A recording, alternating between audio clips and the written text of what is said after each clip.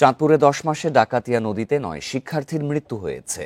নদীতে গোসল করতে গিয়ে সাঁতার কাটা, নদী পার হওয়া, বালুবাহী বাল্কহেডের ধাক্কায় তলিয়ে যাওয়ায় এসব মৃত্যুর ঘটনা ঘটে। গেল ১০ মাসে ডাকাতিয়া নদীর ৫ কিলোমিটারের মধ্য থেকে ৯ জনের মৃতদেহ উদ্ধার করা হয়। মৃত্যু রোধে জনসচেতনতা বাড়ানো প্রয়োজন। পাশাপাশি এই নদীতে স্রোত থাকায় প্রশাসনিকভাবে ডেঞ্জার জোন হিসেবে ঘোষণা করা জরুরি হয়ে পড়েছে বলে জানায় নদী কেন্দ্রের ফায়ার সার্ভিস। নদী তীরবর্তী মানুষের সাঁতার বিষয়ে সচেতনতা বাড়াতে ফায়ার সার্ভিস কর্তৃপক্ষকে মহড়া ও ক্যাম্পিং করার তাগিদ দিয়েছে প্রশাসন।